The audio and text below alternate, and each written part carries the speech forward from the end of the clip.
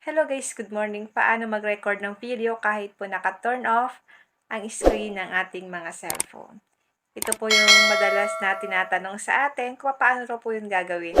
Kasi marami raw silang nakikita na nag-video kahit daw po naka-off ang kanilang mga screen ng cellphone.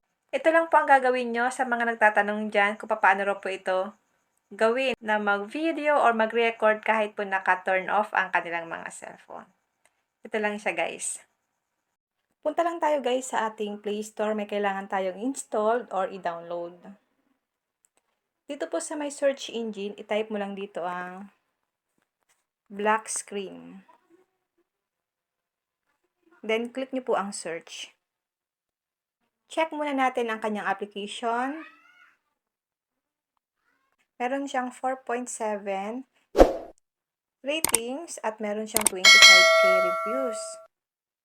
At meron siyang 1 million downloads. So, ang ibig sabihin nito guys, marami pong gumagamit nito at legit na legit itong application. Pwede nyo pong basahin ang kanyang ratings and reviews. Kung naka-installed na po sa inyo, click mo na lang po ang open. Ngayon guys, gagamitin po natin itong isa kong cellphone. Pasensya na po kayo, basag na po ang kanyang screen. Para maipakita ko lang po sa inyo kung paano po ba ito guys gumagana. Click natin ang black screen, yung pong application. Permission required. Click nyo lang po ang OK. Dito, i-on lang natin guys ang black screen. Then back tayo. Click natin dito ang continue to app. Click start. Exit tayo. Hanapin mo lang dito ang camera. Click camera. Click video. Mag-video na po tayo. Click natin ang video para mag-record na siya. Mapapansin nyo po guys na nagre-record na siya. Ito po sa baba yung oras niya. Palakasin natin guys ang kanyang brightness para makita nyo. Pinalakas ko lang guys ang brightness para po makita nyo. Ayan siya guys, nagre-record na po siya ngayon. I-tap natin itong lock. Naka-close siya guys, pero nagre-record pa rin yan kahit po naka-close ang kanyang screen.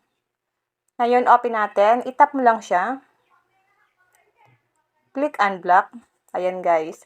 Nagre-record pa rin po siya. Ganun lang po kadali kung paano po gamitin itong black screen sa ating mga device. Ngayon, i-save na natin. Punta na tayo sa ating video. Click shooting video. Ito na siya guys. Ganun lang po kadali kung paano po gamitin itong black screen sa ating mga cellphone. Marami po kasing nagtatanong nito sa akin guys kung paano raw po gamitin itong black screen video. Kahit daw po naka-off ang kanilang mga screen, nagre-record pa rin. Kung may natutunan ka sa aking video, huwag mong kalimutan na i-follow ako sa aking Facebook page, Positive Mind, at sa aking YouTube channel, RK Willow, para lagi kang updated sa lahat ng tips at video tutorial na ina-upload ko. And now, thank you for watching. God bless you all.